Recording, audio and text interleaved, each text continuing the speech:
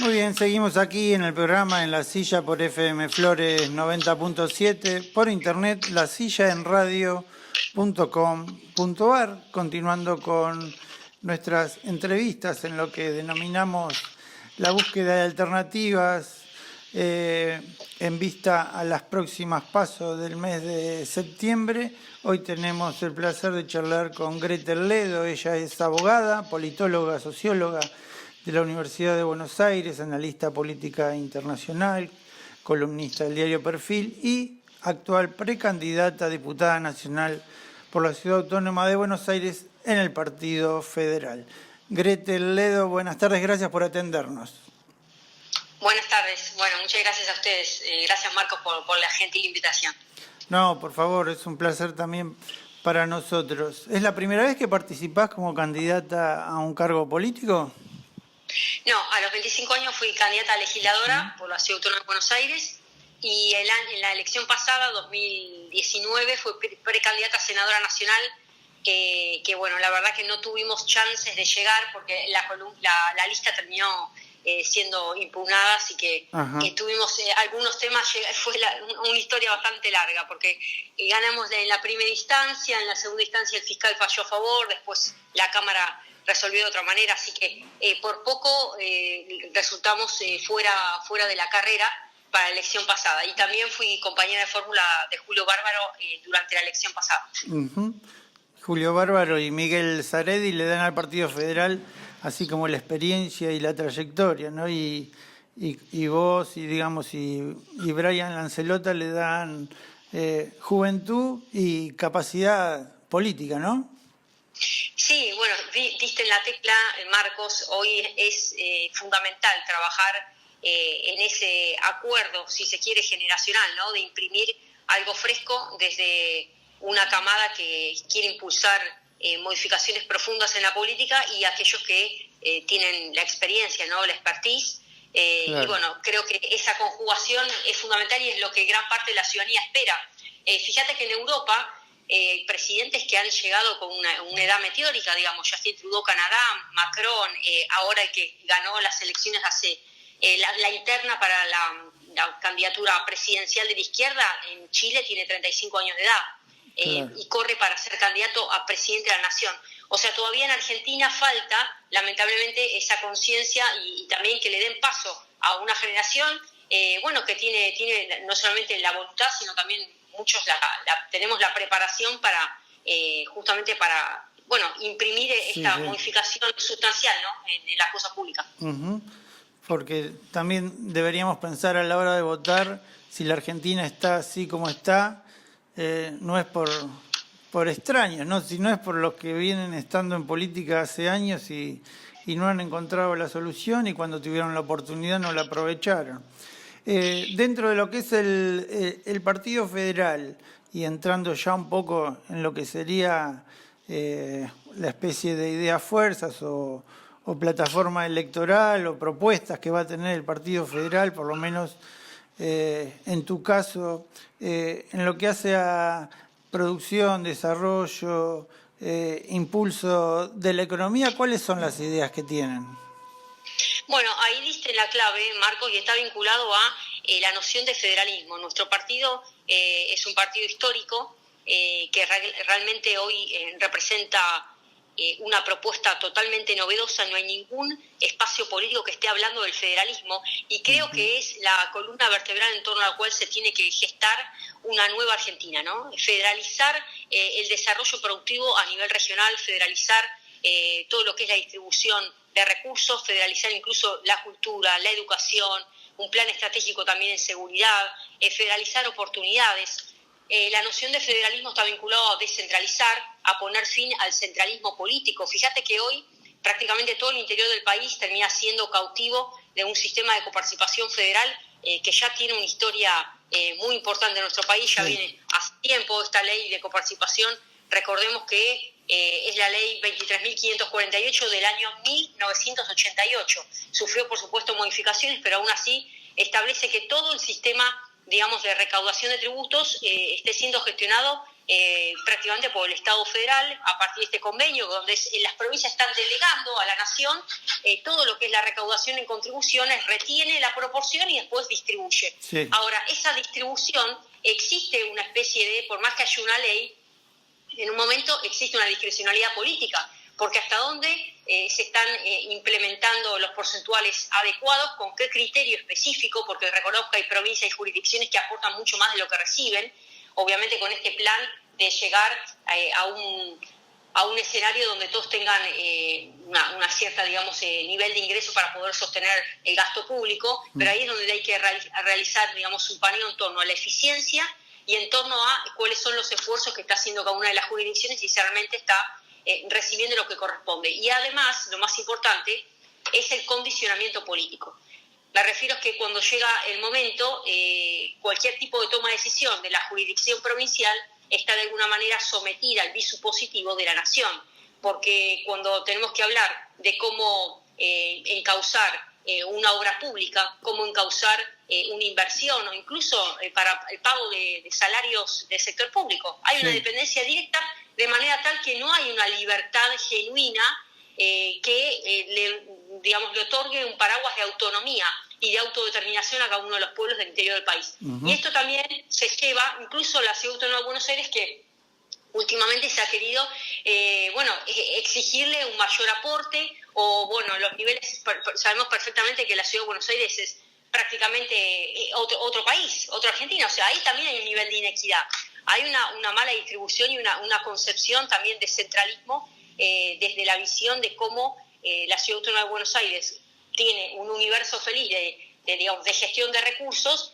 diametralmente opuesto a lo que sucede en el interior del país. Entonces, creo que si queremos hablar de una Argentina totalmente inclusiva, tiene que haber una noción de federalismo también en equidad y en oportunidades para todos, y eso hoy no existe. Tal es así que uno hoy se quiere formar, quiere tener un ascenso en su vida a nivel personal, a nivel profesional, y tiene que dejar su lugar de origen, tengo que dejar Jujuy, tengo que dejar Formosa, y me tengo que trasladar a otra jurisdicción, en la mayoría de los casos a Capital Federal, algunos se están trasladando a otras provincias, a Córdoba y Santa Fe, en vistas de lograr una posición que de alguna manera equipare la formación que existe aquí en la Ciudad Autónoma de Buenos Aires. Esas son cuestiones que también hay que ir modificando, ¿no? Sí, eso, sin duda. El tema es cómo lograr, porque a través del desarrollo económico, de la inversión, del incremento de la producción, sería mucho más fácil una política de reducción de impuestos, pero cómo sostener, digamos, los gastos del Estado cuando la economía está deprimida, cuando no hay inversiones, cuando no se logra generar, como vulgarmente se dice, divisas frescas a través del incremento de las exportaciones. ¿Cómo lograr, digamos, una gran reforma tributaria si no logramos el desarrollo de la economía del país, ¿no? Bueno, a ver, acá lo esencial es comprender quién está digitando o cómo se está conformando el presupuesto nacional. Ese presupuesto nacional que a todos nos dicen que felizmente se aprueba en el Parlamento a fin de año para lo que es la sesión, sesión del año entrante, del año calendario parlamentario, en realidad no existe un margen de maniobra en el cual puedan cada uno de los parlamentarios realizar su aporte. Recordemos que el Congreso de la Nación, o sea, los diputados representan al pueblo y el Senado de la Nación representa a las provincias.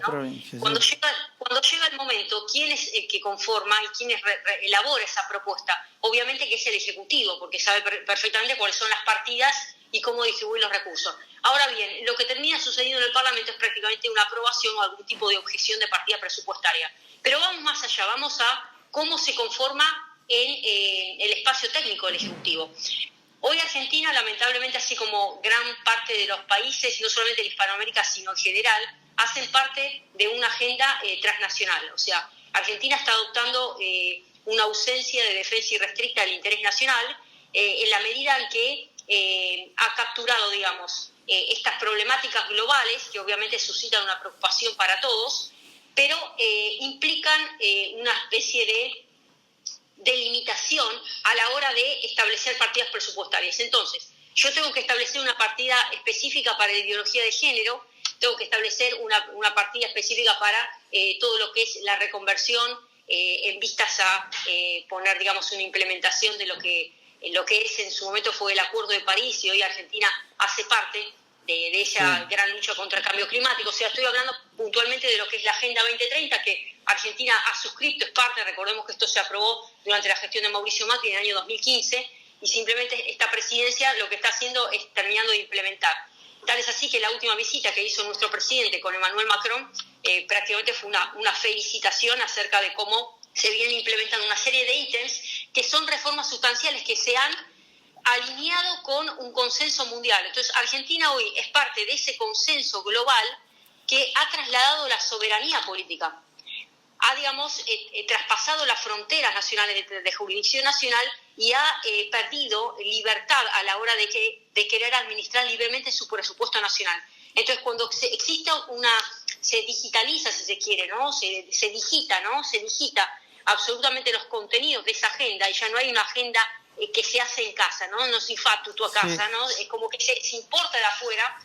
Ahí es donde existe esa importación foránea de ideas de afuera, y es muy difícil hablar de cómo establecer una reconformación de la distribución de las riquezas cuando en realidad está planificado previamente cómo se van a distribuir. ¿Y vos pensás que una reforma constitucional que tienda a un sistema parlamentarista sería mejor que el sistema, digamos, tan presidencialista que tiene hoy nuestro país, en vistas a lo que estamos hablando, ¿no? De la simple formulación de un presupuesto? Por supuesto, a ver, yo creo que Argentina adolece de un hiperpresidencialismo, digamos un ejecutivo totalmente concentrado, donde primero arrancamos la charla, hablamos del exceso de concentración de poder en la distribución de recursos, en la ausencia de federalismo, porque hoy lo que nos quedó solamente, son los derechos que están escritos en nuestra Carta Magna, pero hoy, digamos, hay un saqueo fundamental, digamos, de materialización. Hoy no se puede vivir en libertad, hoy la noción de libertad, no hay libertad, no tenemos una libertad. Estamos hablando de podemos expresarnos libremente, por supuesto, podemos transmitir nuestras ideas. Me refiero al avance de toda esta famosa industria 4.0, de las TICs, las nuevas herramientas de comunicación. Argentina también ya va a ser parte de todo este nuevo mapeo que estableció el Foro Económico de Davos, esta reconversión también en materia laboral, el avance de la robótica. Hay todo un paneo que implica una reconformación de hábitos, no solamente en el plano productivo, en el plano laboral, que va a pasar con los sindicatos. Hay muchas preguntas que se están abriendo en torno hacia dónde está yendo el mundo, ¿no? Y creo que a Argentina todavía le falta mucho nivel de preparación. Hoy los niveles justamente de enseñanza están muy por debajo de la media, ¿no? Entonces, en ese sentido, también se requiere, digamos, un paneo profundo sobre qué es lo que va a suceder con las nuevas generaciones, que ya hoy por hoy, si estamos arrancando la charla hablando de la ausencia de recambio generacional en la política, cuanto más en términos de la formación educativa. Y dentro entonces, cerrando la pregunta que vos me estás mencionando, entonces, además del tema tributario, es el tema de cómo se dispone, digamos, la conformación de los proyectos. Hoy la mayoría emana del Ejecutivo, y ahí es donde vemos que el Parlamento prácticamente es una cámara que está colocando sellos para ver qué sale aprobado y qué no sale aprobado, como una especie de escribanía. Entonces, cuando llega el momento donde la elaboración profunda, creativa, emana del Ejecutivo, ahí es donde nos tenemos que preguntar qué es lo que está sucediendo con el sistema. ¿Existe realmente un balanceo, una distribución equitativa de los poderes? O sea que ustedes irían hacia un equilibrio más en cuanto a los poderes, el poder ejecutivo y el legislativo, digamos. Exactamente. Aparte, a todo esto, Marcos, es fundamental que el presupuesto nacional no puede estar elaborado exclusivamente por el Ejecutivo. Yo insisto en el rol de las provincias. Insisto en que, la pregunta que va de suyo, vos, Marco, nos vamos a poner de acuerdo. ¿Quiénes son los que generan la riqueza del país? El interior. O sea, los que generan la riqueza, absolutamente todo el sector. Nosotros argentinos tenemos una matriz económica productiva que vira en torno al sector agropecuario, la agroindustria. Esta es nuestra matriz histórica. económica. Entonces, si sabemos que vos recién estás mencionando el tema del dólar fresco, de las exportaciones, bueno, pues si sabemos de dónde se está generando la riqueza, ¿por qué seguimos hostigando? ¿Por qué seguimos castigando? ¿Cuáles son las medidas de fondo que hay que generar para reconvertir al sector productivo y que realmente valga la pena invertir? Y no la fuga, no solamente fuga de capitales, fuga de cerebro, fuga de oportunidades, la fuga de la vida misma. Entonces llega un punto donde ellos, que son los que generan riqueza, no están sentados en la mesa a la hora de elaborar un presupuesto nacional, porque se elabora en una secretaría técnica, legal y técnica adentro del Ejecutivo, pero ahí no están sentadas las provincias, ¿me explico? Entonces digo, tampoco hay federalismo a la hora de trazar un presupuesto nacional. No es simplemente con la ley de coparticipación federal y libremente las provincias delegan y ceden toda la recaudación de impuestos para que el tesoro de la nación distribuya. Ahí hay una falencia estructural, una falencia sustancial que, bueno, hay que trabajar en una modificación, en un paquete de leyes que ya estamos hablando prácticamente de la década del 80 y aún más. Y dentro de ese pensamiento, de mirar hacia el futuro, ¿cómo se podría convencer a inversores extranjeros o mismos, o inversores nacionales, ¿no?, que reingresen o ingresen divisas a nuestro país para lograr proyectos productivos, que puedan reconvertir lo que es el subsidio en trabajo genuino? Bueno, eso es fundamental. A ver, las inversiones van a venir cuando nosotros nos pongamos de acuerdo. Nosotros somos una gran familia, ¿no?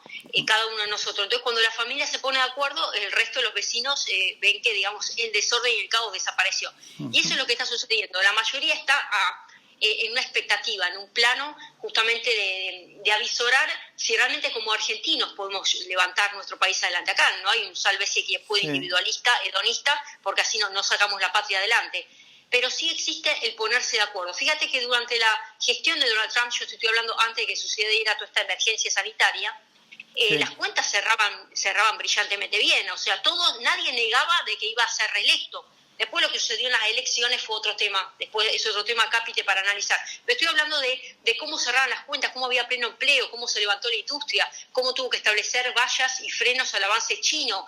Entonces, si no nos ponemos de acuerdo en establecer por supuesto la atracción de inversiones, pero que las condiciones las fije Argentina y no a expensas de entrega de tierras, entrega de concesiones de 50 años, le hace China, le hace Rusia o le hace cualquier tipo de acreedor en este frenesí, en esta desesperación de generar, digamos, condonaciones de deudas o cómo hacemos para refinanciamos los pagos, ¿no? Entonces, vuelvo a decir, acá el tema es que no nos ponemos de acuerdo nosotros como familia. Nos está faltando un gran consenso, un gran acuerdo y que deje de lado las nimiedades. Arrancamos también hablando sobre lo que está sucediendo en la oposición, que si los códigos de ética y acuerdo para una campaña política son o no de un jardín de infantes. O sea, llegamos a un nivel tan bajo, de tanta bajeza, que esto está totalmente opuesto a la realidad de la gente, de la agenda de la gente. La gente lo que quiere es, simplemente no solamente poder llegar a fin de mes, sino trabajar libremente, poder abrir la persiana de su comercio, que los chicos puedan estudiar, que una persona pueda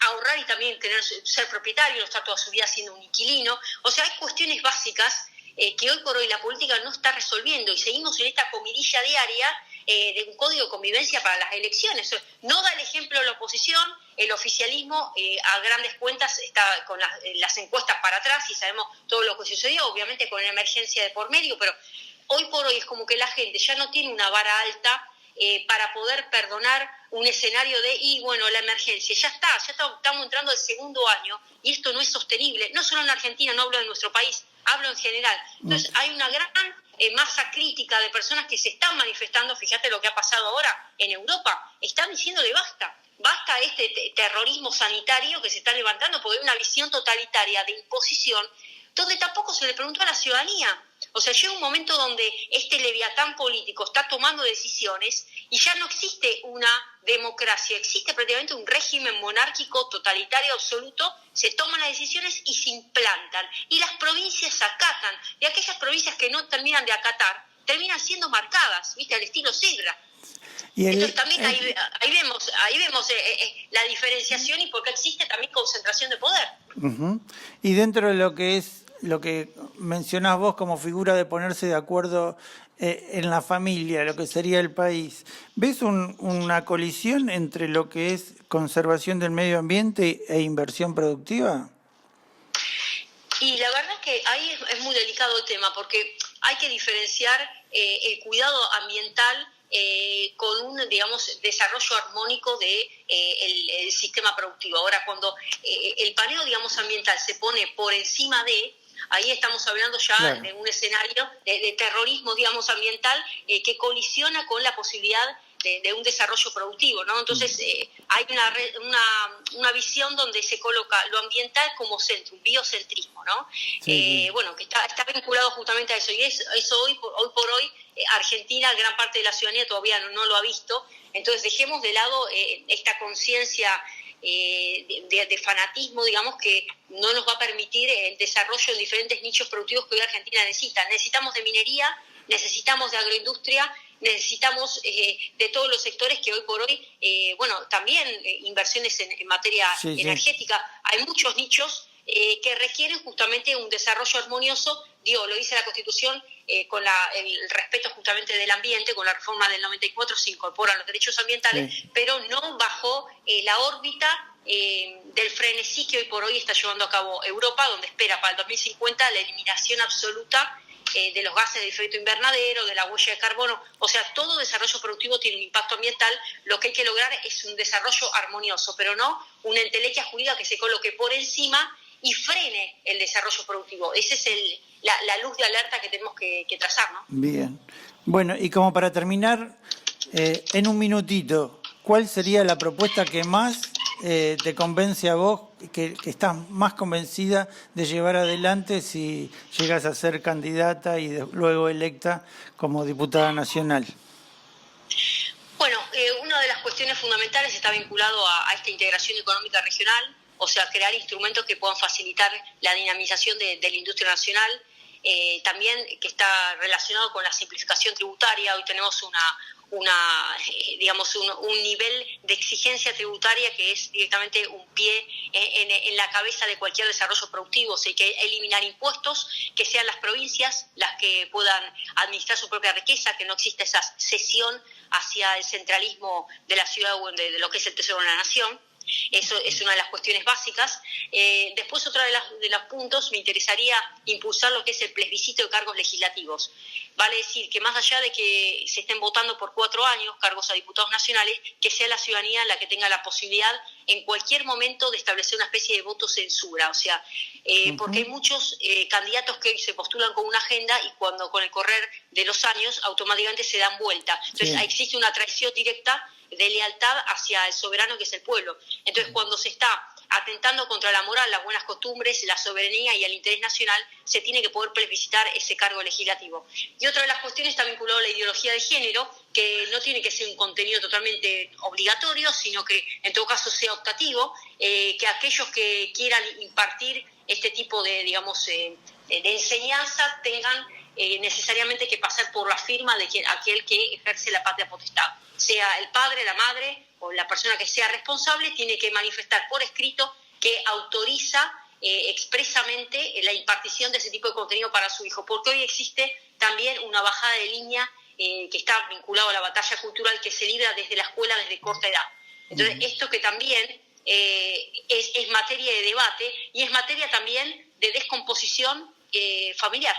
Bien. Es lo que hoy está sucediendo, es lo que estoy diciendo en el seno. Entonces pasamos por el seno de la familia, pasamos por el tema político, pasamos también por el tema de la integración económica regional, la visión del federalismo y también la adopción prenatal, que esto de alguna manera desincentiva esto de decir, bueno, no quiero continuar con el embarazo. Que exista la adopción prenatal para evitar el tema del aborto. Bueno, muy bien, Gretel, realmente tocamos un montón de temas, realmente muy rica la charla. Te agradecemos y bueno, seguiremos en contacto a ver cómo evoluciona de aquí a las PASO y a las elecciones generales todo el tema político en la Argentina. Gracias. Gracias, Marcos. Un saludo grande. Hasta luego.